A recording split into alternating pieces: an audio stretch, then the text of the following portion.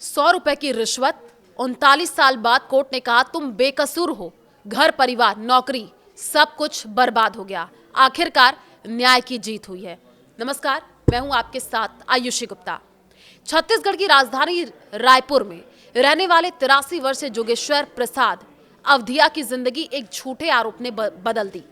1986 में लगे 100 रुपए की रिश्वत लेने के आरोप ने उनकी नौकरी, परिवार और सम्मान सब छीन लिया। अब 39 साल बाद हाईकोर्ट ने उन्हें पूरी तरीके से बरी कर दिया है, लेकिन न्याय मिलने में हुई देरी ने उनके जीवन को अपूर्णीय क्षति पहुंचाई है। अवधिया अब सरकार से बकाया पेंशन और आर्थिक सहायता की मांग कर रहे हैं ताकि बचे हुए दिन सुकून से गुजार सके। यह घटना 1986 की है, जब जोगेश्वर प्रसाद Madhya Pradesh state road transport corporation के रायपुर कार्यालय में बिल सहायक के पद पर कार्यरत थे। एक कर्मचारी अशोक कुमार वर्मा ने अपना बकाया बिल पास कराने के लिए उन पर दबाव डाला। जोगेश्वर ने नियमों का हवाला देकर के इनकार कर दिया। अगले दिन वर्मा ने 20 रुपए की रिश्वत देने की कोशिश की, लेकिन जोगेश्वर ने नोट लौटा दिए। 24 अक्टूबर 1986 को वर्मा ने फिर से 100 रुपए, 2 50-50 के नोट जबरदस्ती उनके जेब में ठूस दिए। तभी विजिलेंस टीम ने छापेमारी की, उन्हें गिरफ्तार कर लिया। जोगेश्वर का दावा है कि एक सोची समझी साजिश थी। गिरफ्तारी के समय उनके हाथों को केमिकल से धुलवाया गया, नोटों को सबूत के तौर पर पेश किया गया, लेकिन जोगेश्वर बार बार अपनी बेगुनाही की दुहाई देते रहे।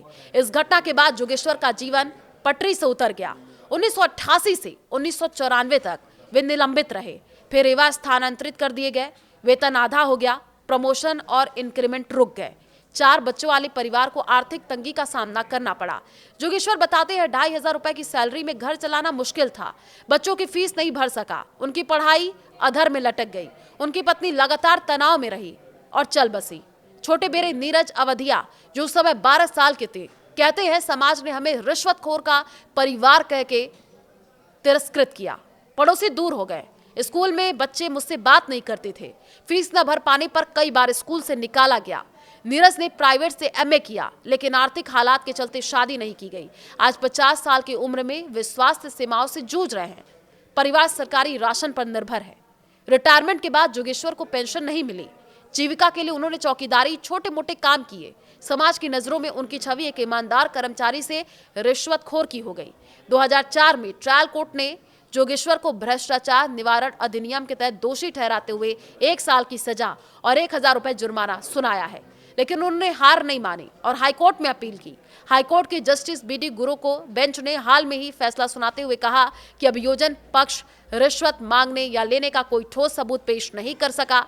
गवाह, दस्तावेज, परिस्थिति, साक्ष्य अपर्याप्त थे। अदालत ने 1947 और 1988 के भ्रष्टाचार कानूनों के अंतर को रेखांकित करते हुए ट्रायल कोर्ट का फैसला पलट दिया। 39 साल बाद जोगेश्वर को निर्दोष करार दिया गया।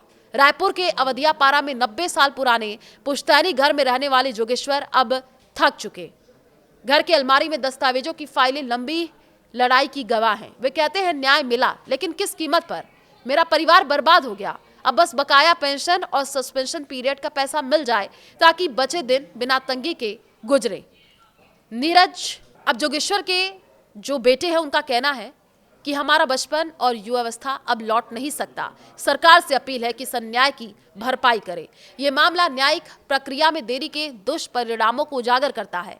विशेषज्ञों का कहना है कि ऐसे केसों में पीड़ितों को मुआवजा और त्वरित न्याय सुनिश्चित करने की जरूरत है। जोगेश्वर की कहानी एक चेतावनी है कि एक झूठा आरोप कैसे पूरे जीवन को तबाह कर सकता है। आप क्या सोचते हैं? कमेंट में जरूर बताएं।